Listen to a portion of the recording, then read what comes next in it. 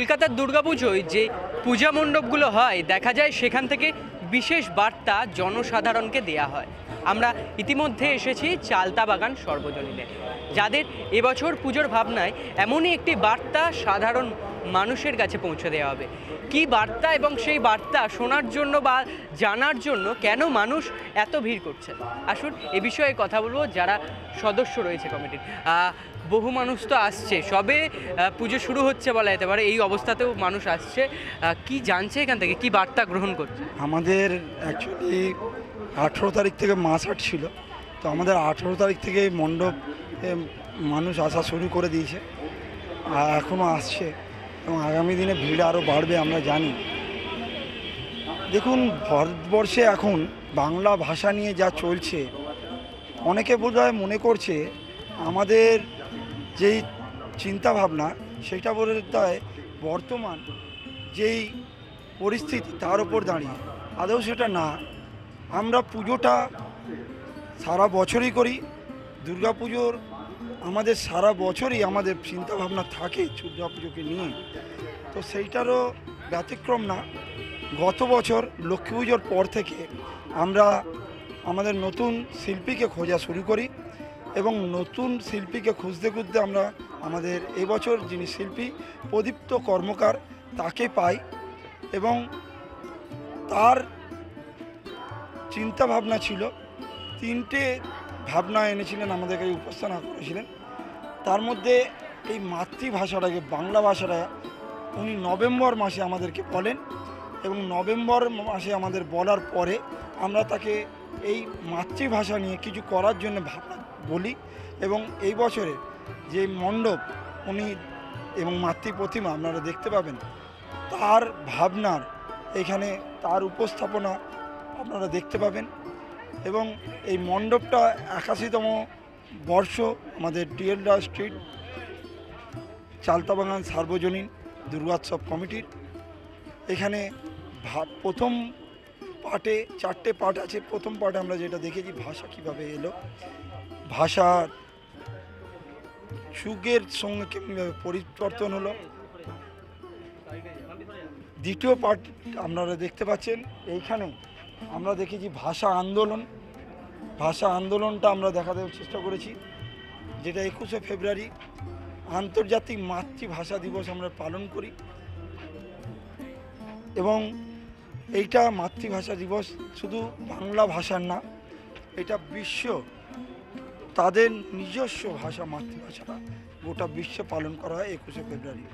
এখানে আমরা তৃতীয় পার্টে আছি, এখানে ভারতবর্ষের স্বাধীনতাতে মাতৃভাষা আমাদের কতটা আমাদের বিপ্লবীদের জাগ্রত করতো সেটা আমরা দেখেছি। এখানে সহজ পাঠ তুলে দেখেছি আমরা রবীন্দ্রনাথের, এবং রবীন্দ্রনাথ ঠাকুর এবং সহজ পাঠটা তৈরি করেন তখন উনি ছোট ছোট শিশু মনে যাতে সহজেই তাদের বোধগম্য হয়, তাদের মস্তিষ্কে থাকে অক্ষরগুলো, তাই জন্যে উনি কিছু ছবি তুলে ধরার চেষ্টা করেছিলেন।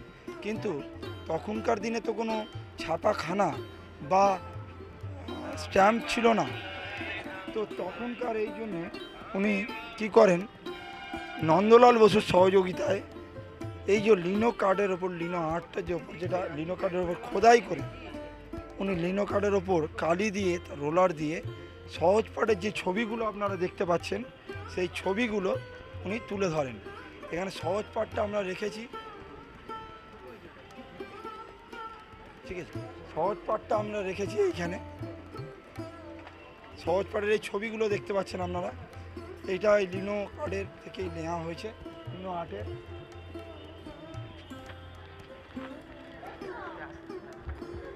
এখানে পঞ্চানন কর্মকালের আপনারা দেখতে পেয়েছেন একটা বাংলা ভাষায় প্রথম যদি কোনো ব্যাকরণ ছাপানো হয় সেটা ইংরাজি হরফে তৈরি হয়েছে, তাকে আমরা তাদের সম্বর্ধনা জানাতে তাদেরকে আমরা তার নামই ওইটা এখানে তাদেরকে আমরা শ্রদ্ধাঞ্জলি জানাতে ওইটা আমরা করেছি ওখানে। এবং বর্ণ পরিচয়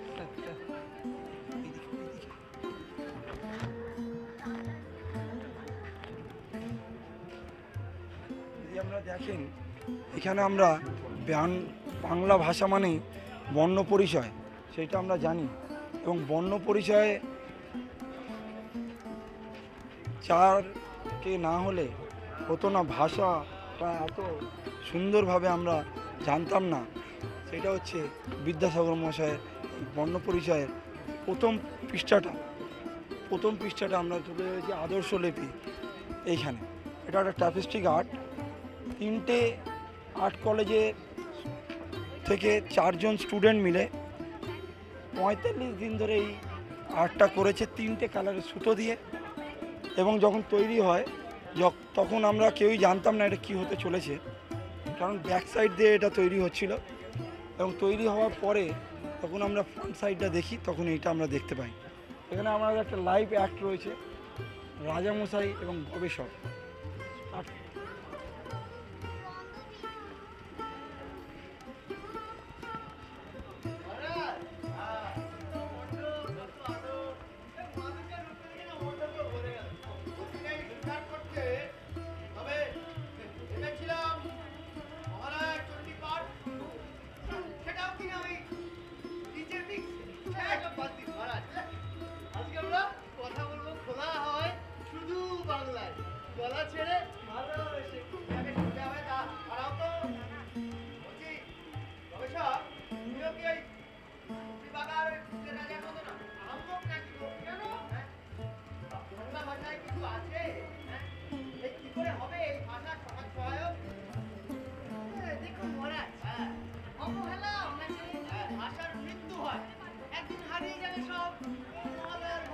একদিকে তো দেখতে পাচ্ছি একটি লাইভ আর্ট এখানে দেখানো হচ্ছে, কিন্তু মেন যাকে দেখার জন্য সকলে আসছে অর্থাৎ দেবী, তাকে কিভাবে সাজিয়ে তুলেছেন আপনারা?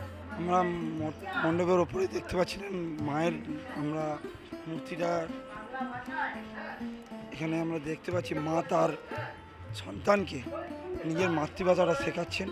এবং এখানে আমরা যখন মায়ের রূপটা দেখতে পাচ্ছি, শান্ত স্নিগ্ধ মা, যার কাছে আমরা গেলে মন ভরে যায়। আমাদের যে কোনো আবদার উনি পালন করেন, পূরণ করেন। তার কাছে তার সন্তানরা আমাদের মাতৃভাষাটা শিখছেন। আমাদেরকে আমাদের ঐতিহ্য আমাদের শেখাচ্ছেন। মাতৃভাষা আমাদের মায়ের সমতুল্য, মাতৃরূপটা দেখেছি। এবং মায়ের যে রঙটা দেখতে পাচ্ছেন, এটা ক্রেয়ন আর চক দিয়ে তৈরি। এবং মায়ের যে শাড়িটা যদি দেখেন, বাংলা হরফগুলো আছেন। আরও ভালো করে যদি দেখেন, মায়ের শাড়ির যে আঁচলটা রয়েছে ওটা চকের গুঁড়ো আছে। কারণ চক যখন মোছা হয় কাপড় দিয়ে, তখন কাপড়ে চকের গুঁড়োটা থাকে। এখানে মা তার আঁচল দিয়ে মুছেছেন, ওই জন্য মায়ের আঁচলে চকের গুঁড়োটা রয়েছে। এবং আজকে যদি দেখেন, এটা দুর্গাপুজোটা একটা ইন্টারন্যাশনালি আর্ট। এবং এইখানে আমরা আর্ট গ্যালারি এটা রূপ দেওয়ার চেষ্টা করেছি। এখানে কিছু কিছু ইনফরমেশান আমরা দেওয়ার চেষ্টা করেছি বাংলা ভাষা, মাতৃভাষা সম্বন্ধে।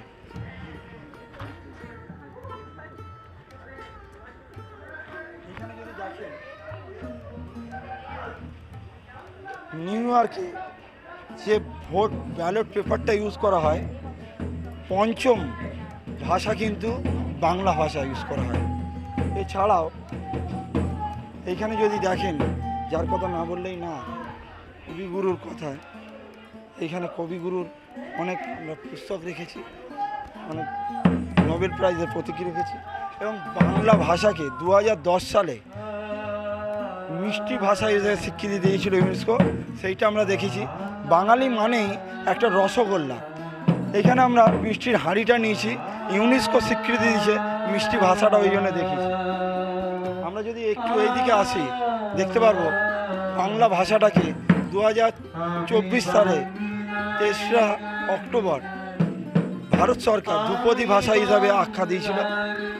বাংলা ভাষা এমনই একটা ভাষা, ভারতবর্ষ ছাড়া বাংলাদেশের জাতীয় সঙ্গীত হচ্ছে আমাদের মাতৃভাষা বাংলা ভাষা। এছাড়া ভারতবর্ষে মোট জনসংখ্যার নিরিখে 8.3% মানুষ বাংলা ভাষায় কথা বলে। পৃথিবীর জনসংখ্যার নিরিখে 7ম ভাষা হচ্ছে আমাদের বাংলা ভাষা। এবং এখানে আমি বাংলায় দেখি স্বপ্ন, আমি বাংলায় বাঁধি সুর, আমি বাংলার মায়া ভরা হেঁটেছি এতটা।